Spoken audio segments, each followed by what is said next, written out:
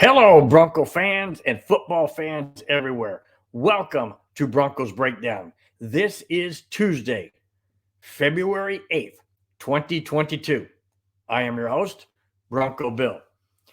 All right, guys, there's a lot of topics I have today, all across the NFL. Obviously, Bronco news, but also NFL news, and then I have a segment that I haven't needed to put in for quite a while, but it's back in this video. Let's get started. Everybody, for the most part, should know that Brian Flores was passed up by several teams for his head coaching job since he's been fired by the Miami Dolphins.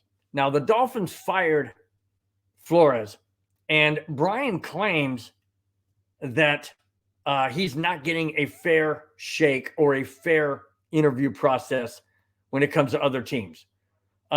He's suing the Dolphins, the Giants, and the Broncos because he feels he wasn't treated fairly in the interview process.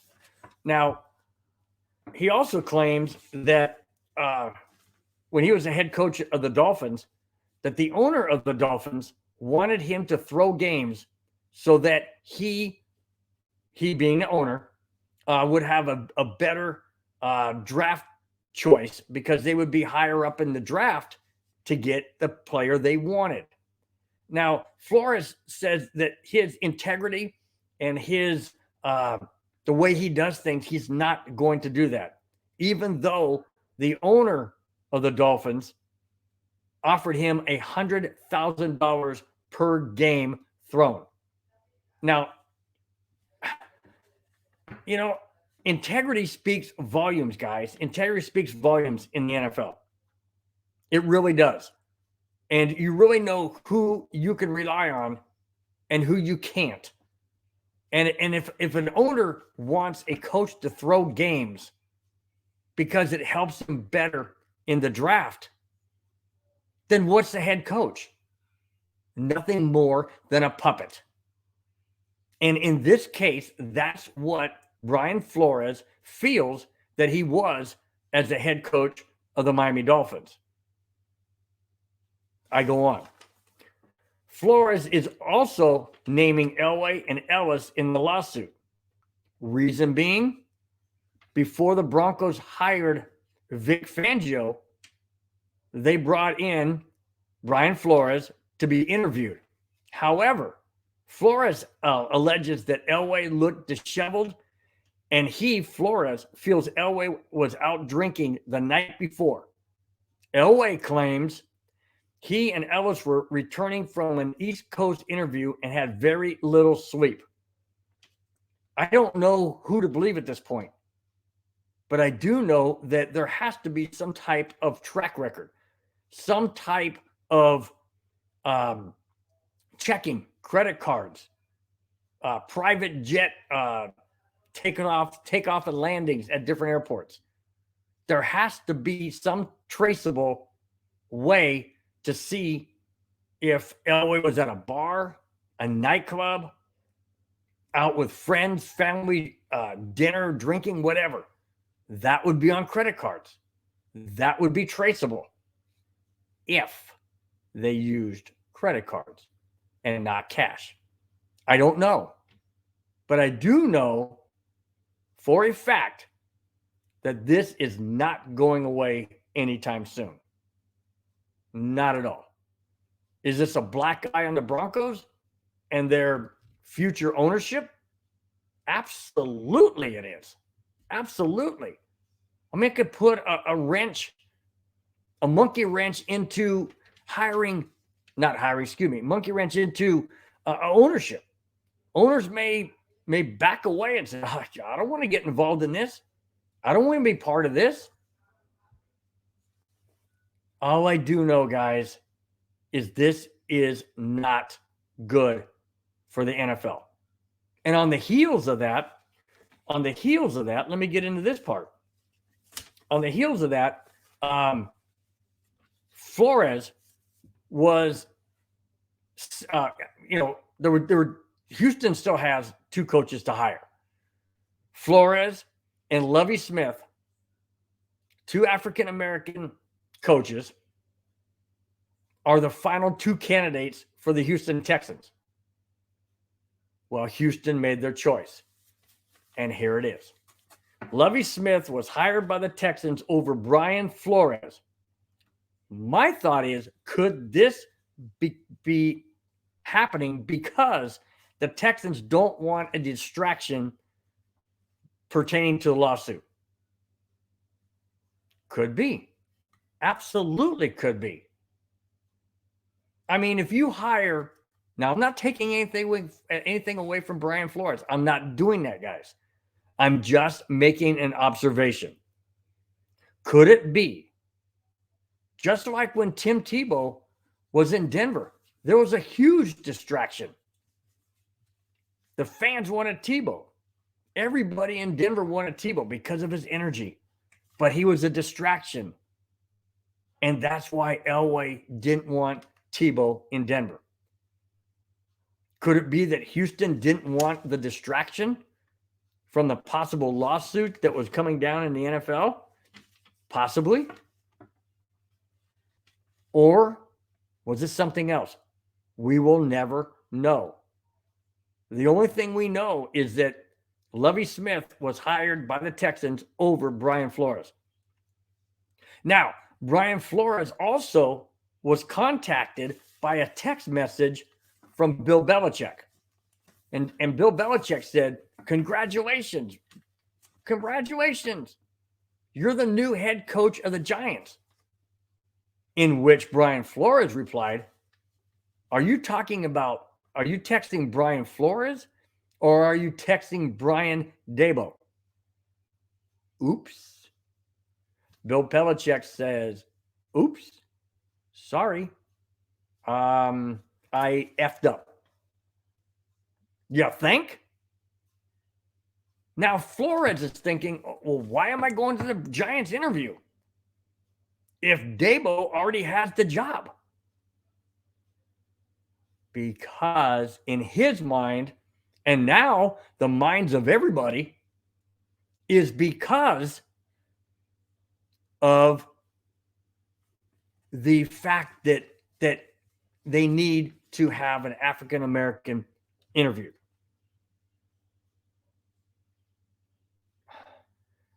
You know, guys, this is not good at all.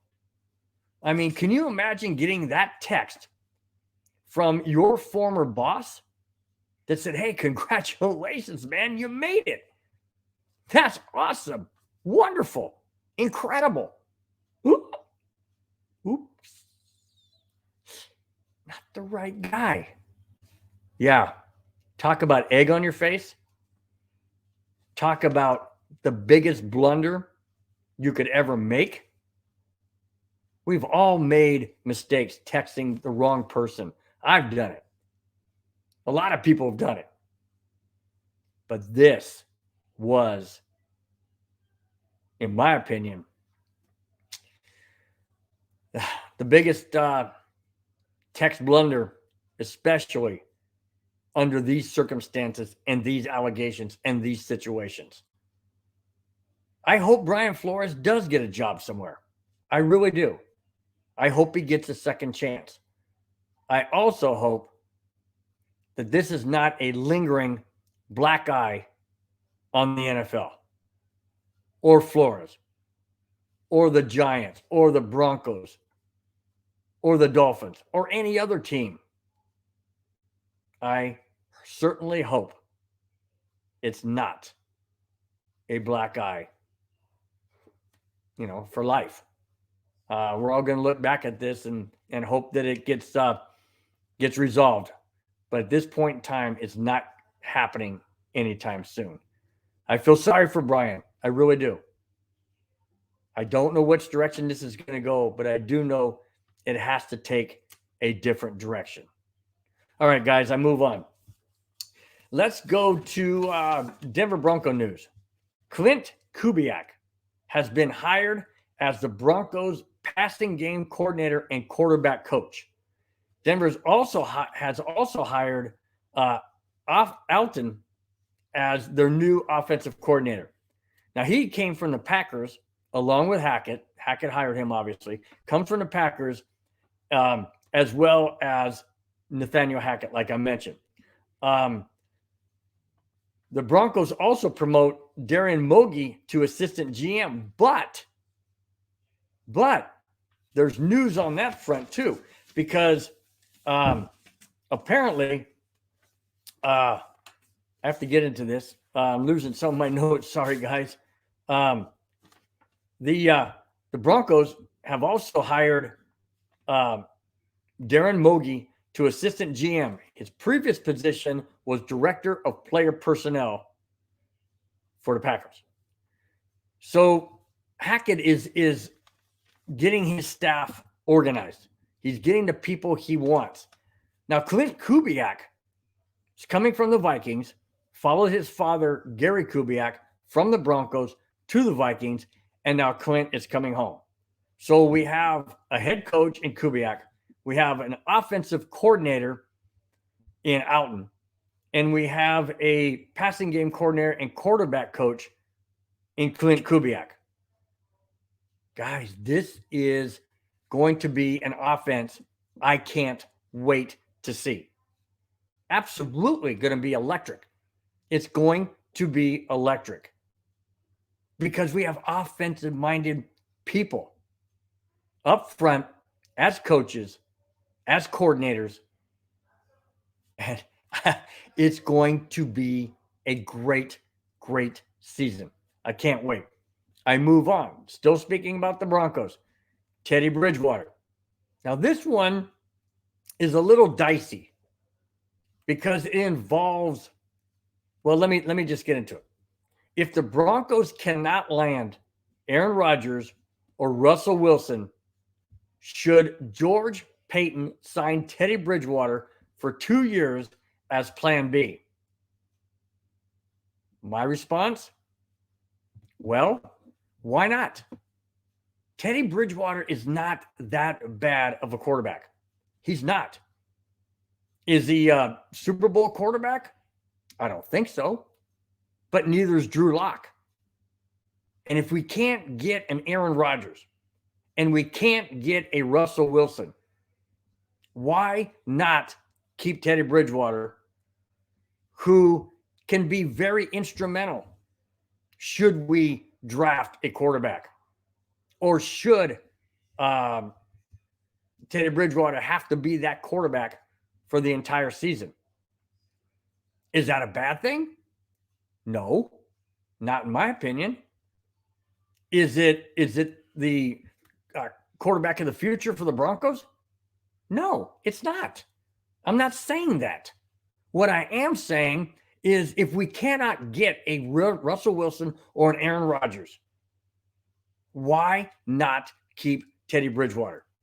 Sure, it's a new head coach. It's a new offensive coordinator. It's a new scheme. But I feel that Hackett and Alton are going to create plays that work directly with what Teddy Bridgewater can do. Or a Drew Lock, if that's the case. But we have to keep a veteran quarterback because we cannot allow, in my opinion, a Drew Lock-led offense in 2022. That's not going to work. It hasn't worked the last 3 seasons. It's not going to work now. Could Drew Lock be better under these new coaches? Possibly. Possibly. But I'm not betting my mortgage on it. Absolutely not betting it on it. So I say, retain Teddy Bridgewater, sign him for 2 years, 20, 25, 30 mil, make, let's say it's 30 mil, make 18 guaranteed with incentives. Why not? Why not? Comment, guys. Comment in the comment line. Let me know what you think. But I'm basing this on the fact or the possibility that we don't get an Aaron Rodgers or Russell Wilson. for various reasons. The value's too high to get them that we have to give up, or they're just not available, or they chose other teams. We have to have a plan B. Plain and simple, guys. Plain and simple. That's what I say. I say keep a Teddy Bridgewater. It's not going to cost us that much. So why not? All right. Let me move on to, let me put that aside. Let me move on to Curtis Modkins. Now, per Mike Kliss of 9 News, the Broncos running back coach, Curtis Modkins, is leaving and leaning towards joining the Vikings as a running back coach and run coordinator. Modkins has been the Broncos running back coach for the past 4 seasons. Modkins has done great work with Lindsey, Gordon, and Javonte Williams. Why are we getting rid of Modkins? Does Nathaniel Hackett not like him? Does he want to bring in his own person for that job? Possibly. Of course, they always want to bring in their own people. But Modkins has done wonders for Philip Lindsay, for Melvin Gordon, and for Javonte Williams.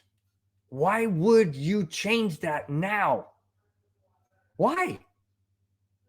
I understand, guys. Coaches want to bring in their own people. I get that. But when something is working, why make a change? To me, this is making a change in midstream. Javonte Williams is entering his 2nd season. He had over 900 yards in his 1st season under Modkins. Why are we upsetting the apple cart? Why are we doing this to him? Williams, that is, or Gordon. I mean, Philip Lindsay's gone, so that's moot point. But for Gordon, who wants to stay in Denver, who would love to stay in Denver, why are we upsetting the 1-2 punch, the 900+ yards per running back in Gordon and Williams? Why are we doing this? I mean, I know Hackett has a plan, but I don't understand this move. I don't get it. Okay, so if Modkins goes to the Vikings, is that a 1-2 trade? Modkins to the Vikings and Clint Kubiak to the Broncos? Yes and no. Because Kubiak is not the running back coach. Modkins is. So I kind of have mixed emotions on this, guys. I really do. I don't know who we're going to get as running back coach. All I do know is that Modkins did wonders for Lindsay in the past, Gordon, and Williams this past year. Well, we'll see where it goes, guys. I don't know.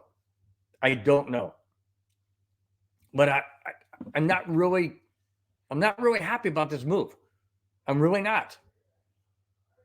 I would love to see what Modkins could have done under Hackett and under Clint Kubiak assisting. I really would like to see that. Well, it looks like Modkins is going to the Vikings, and that's definitely going to help out with Cook for sure. Well, we'll see what happens. We'll see who Nathaniel Hackett brings in. But that's the latest on Curtis Modkins. All right. We go to the segment that I have previously done before. I haven't done it recently because there hasn't been what I call the jackass of the week.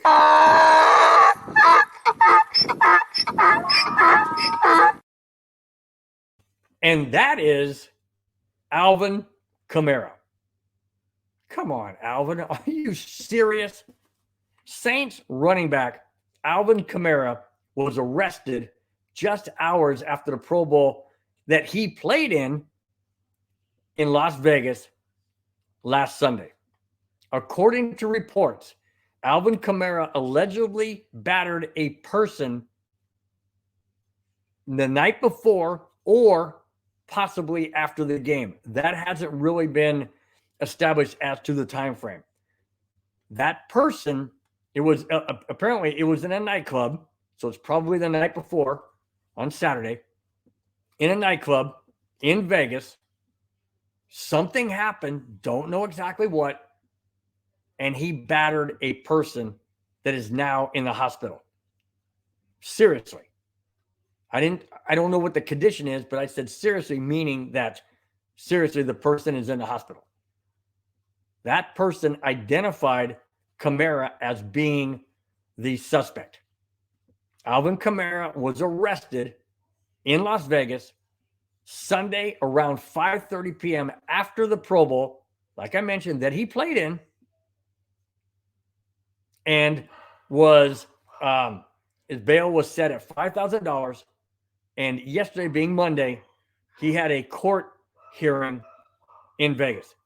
Now, my question is simply this. So you go and batter a person, you injure them to the point where they're hospitalized, and you end up going and playing in the game on Sunday like nothing happened? Really? Really? So what kind of mindset does it take that, okay, you're a nightclub, you're having a good time, things happen that went drastically wrong, and you batter a person, injure them where they have to go to the hospital, and now you're going to play a game like nothing happened? I don't get these guys. I don't understand them. Sure, Vegas has a team. Vegas had the Pro Bowl there at Allegiant Stadium. And it's in Vegas, guys. Vegas is notorious for gambling. No kidding. The mob, drinking all hours of the day, night, 24/7 basically, walking up and down the street, just doing whatever you want to do. Sin City. And they put a football team in Vegas and have a Pro Bowl there as well. Smart? No, not smart at all. Now, I'm not blaming Vegas in general. I'm not blaming Vegas that it was Vegas's fault. But in general, good things don't happen in Vegas when you put three things together. Three things, guys. 1, gambling. 2, alcohol. 3, money. Bad things are going to happen. And that's what took place. So, Alvin Kamara, you are the first jackass of the week in 2022. Congratulations. You don't want to be on this list, guys. You don't want to be on this list. But if you're a jackass of the week, you're going to be on my show. All right, I move on. All right, let's go to Tom McMahon. Now, the Las Vegas Raiders have hired the Broncos' former special teams coordinator, Tom McMahon.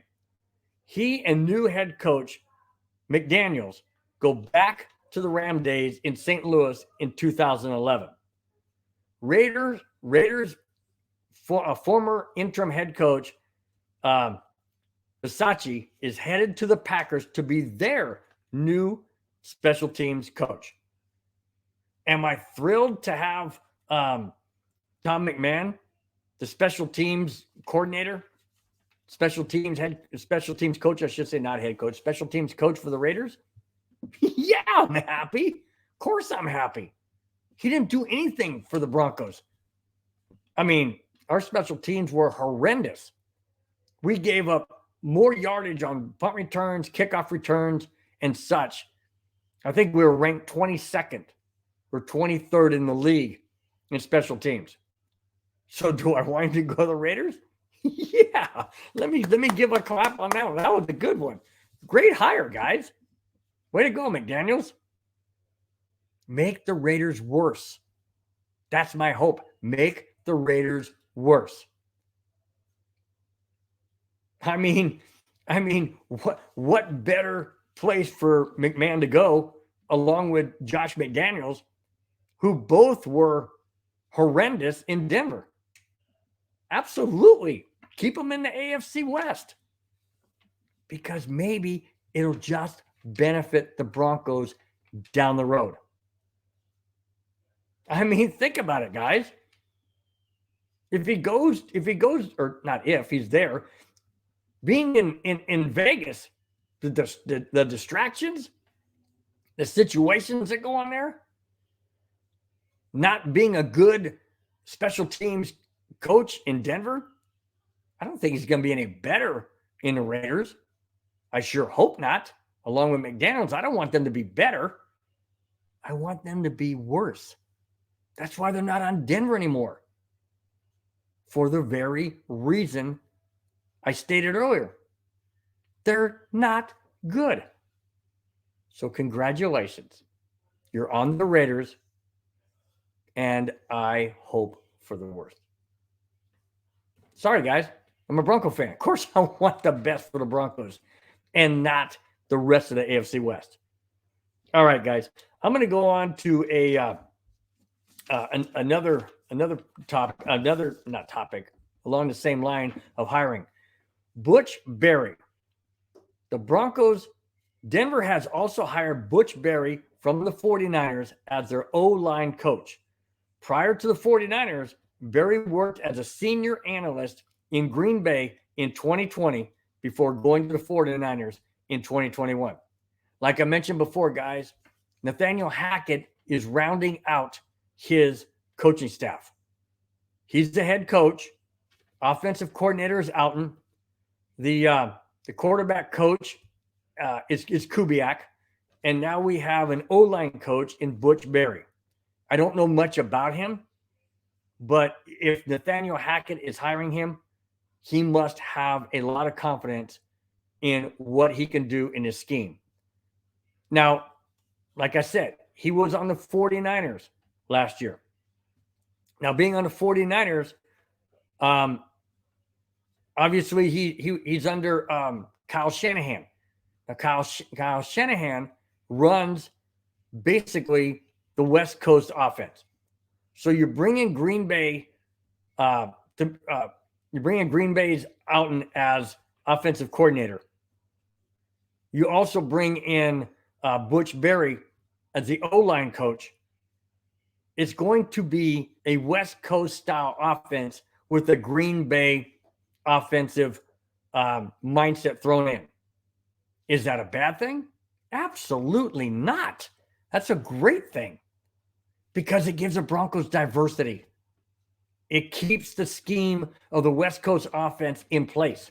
It also brings in young mindset of game planning, a younger approach, not a 60 some odd year old head coach, a 42-year-old head coach with younger ideas, bringing in younger coordinators to assist in the younger ideas, a new direction, a new philosophy, and a new attitude.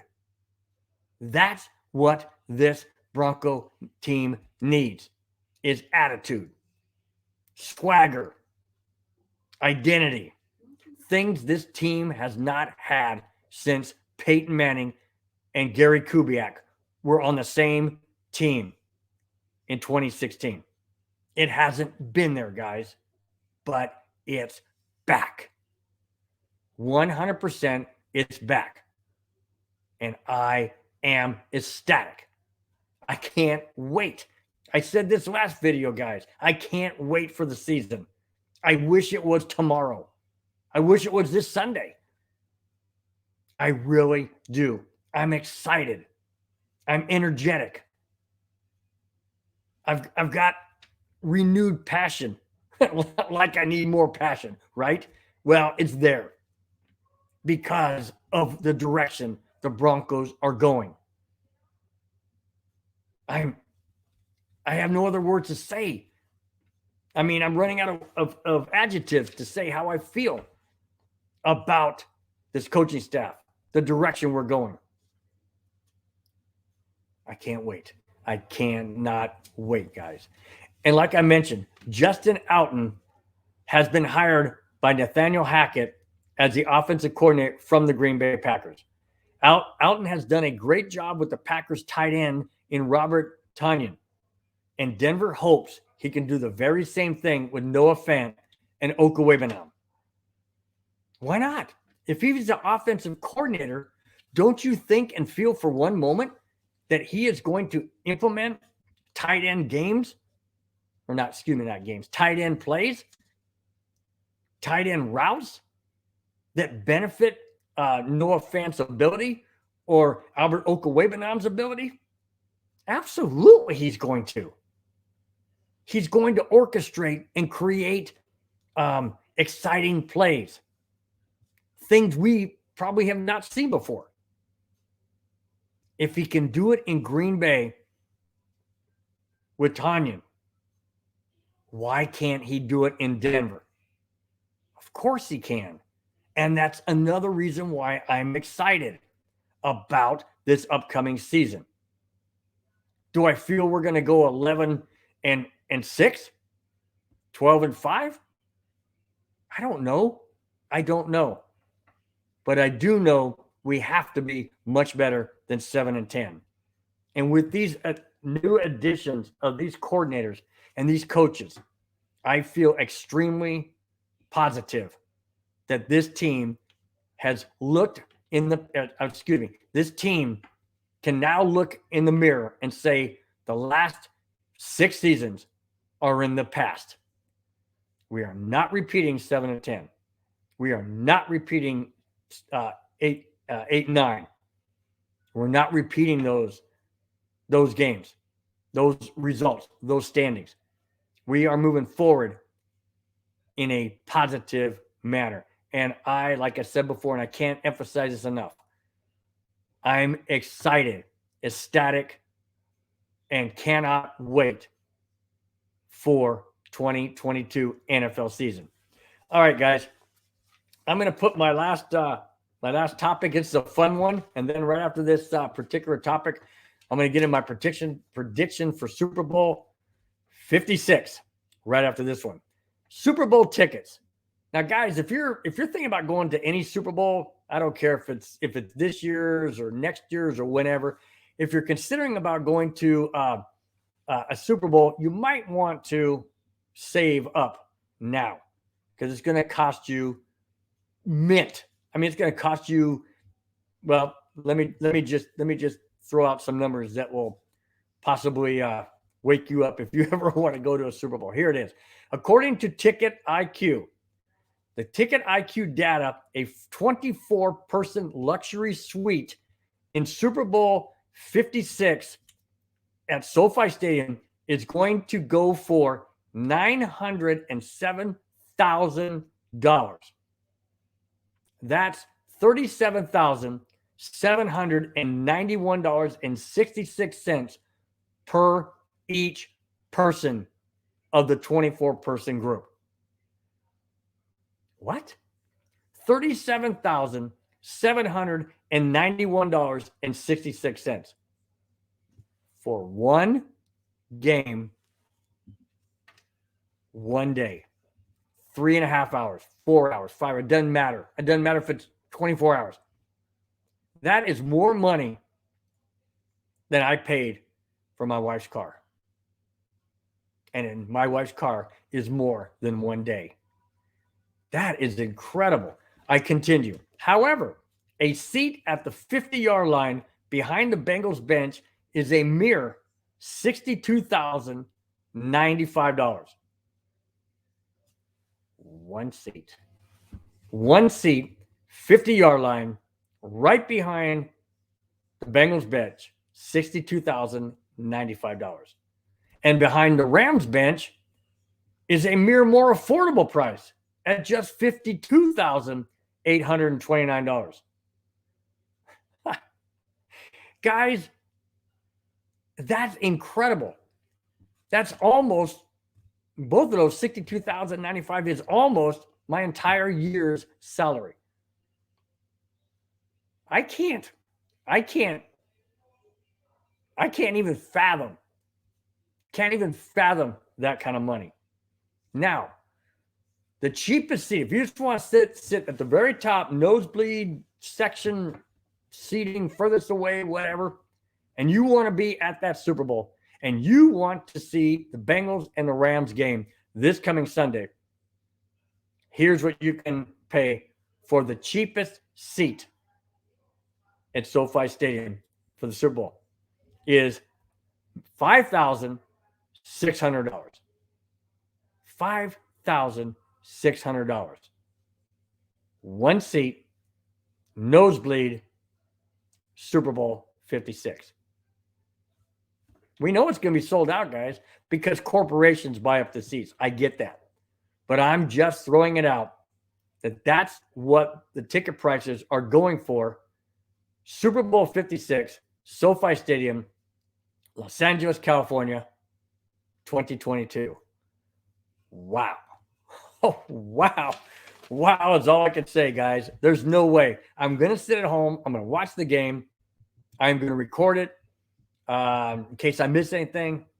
And I'm going to have a much better seat sitting at home in front of my TV than I would at SoFi Stadium, especially since the Broncos are not there. And now I may think twice about it. If the Broncos are in a Super Bowl, I may just venture in to spending that kind of money. No, not happening. Not happening. I can't justify that, guys. I just can't justify it. But I thought that was interesting, those particular numbers that the NFL is getting from people. Well, I was going to say people like you and me, but it's not people like me, that's for sure. Anyways, I'm going to wrap up this video with my prediction for Super Bowl 56. Cincinnati Bengals, Los Angeles Rams, SoFi Stadium, the home of the Rams. Now, we have back-to-back Super Bowls where the home team is playing, or I should say, last year was a home team being the Buccaneers at Tampa Bay, James Raymond Stadium. The Rams are actually considered the visitors in this particular Super Bowl, even though it's at SoFi Stadium, their home stadium. Are they going to have their home fans? Well, they didn't really have a whole lot of home fans when they played the 49ers, but they still won. Do I think the Bengals have a chance? Absolutely. But in my opinion, it's going to come down to two things. It's going to be the Rams defense with Von Miller on one side and I can't think of his name all of a sudden. It'll come to me, but you know who I'm talking about. He's on the other side. And it's also the second thing is going to come down to whether or not Joe Burrow can execute his checkdowns if he needs to. Oh, Aaron Donald. I knew I'd think of it. Von Miller on one side, Aaron Donald on the other side. If the offensive line can hold them and keep them from sacking Burrows or causing confusion, the Rams will win this game. If Joe Burrows and the offensive line in particular can keep Aaron Donald and Von Miller away from Joe Burrows, and he can read his outlets, he can read his checkdowns, he can read what the defense is giving him and take what the defense is giving him, I look to see Cincinnati winning this game because of a ground game. If they can get their ground game going, if they can continue to move the chains and keep the offense of the Rams off the field, tire out the defense, especially Miller and Aaron Donald, if they can frustrate him to the point where they cannot get to Burrows, then Cincinnati has a really good chance. But I'm just not sure. Because the last time Von Miller was in a Super Bowl was Super Bowl 50. And Von Miller single-handedly won that game for the Denver Broncos against Carolina. He pressured the quarterback. He got turnovers. He got 2 fumbles. One that resulted in a touchdown directly. The other one resulted in a touchdown a couple plays later. Do I see that happening in this game? Absolutely, I do. Because in Super Bowl 50, Von Miller had DeMarcus Ware on the other end of the line. And they wreaked havoc on Carolina. And now Von Miller has Aaron Donald on the other side. Is it going to be a replay? Is it going to be Von Miller 2.0? Yes, I think it can be. I really firmly think it can be. I want Cincinnati to win the game.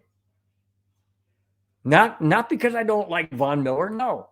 But I want the Bengals because it's AFC. I want Von Miller to have a good game. I really do. And part of me may be selfish that I don't want Von Miller to win a Super Bowl that is not Denver Bronco connected. Possibly, yes. I can be a little selfish there.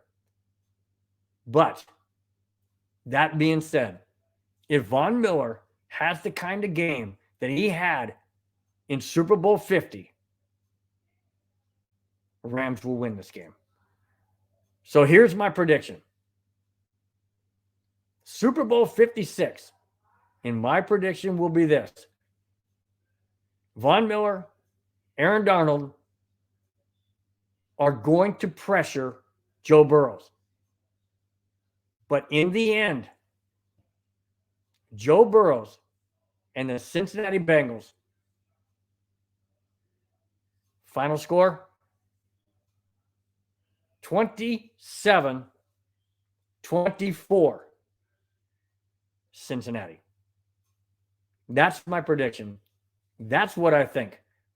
That's it, guys. That's all I have. You tell me what you think. You comment in the comment line. You tell me if you feel that the Broncos, excuse me, I wish. If you feel the Rams are going to win the Super Bowl, the Bengals are going to win the Super Bowl, or what exactly do you think and feel? Please feel free, guys, to comment. Thanks a lot for watching. Thanks for subscribing. Remember, watch Broncos Breakdown every week on YouTube. Also watch myself and the video being uploaded to MHRT Network every Wednesday, 4 p.m. Pacific, 5 Mountain, 6 Central, 7 Eastern. Every Wednesday, I'll be here, guys. I'm Bronco Bill. Thanks for watching. Thanks for subscribing. We will talk to you after the Super Bowl next week with a special guest on Monday. We'll talk to you then, guys. Thanks a lot. Take care. Bye-bye.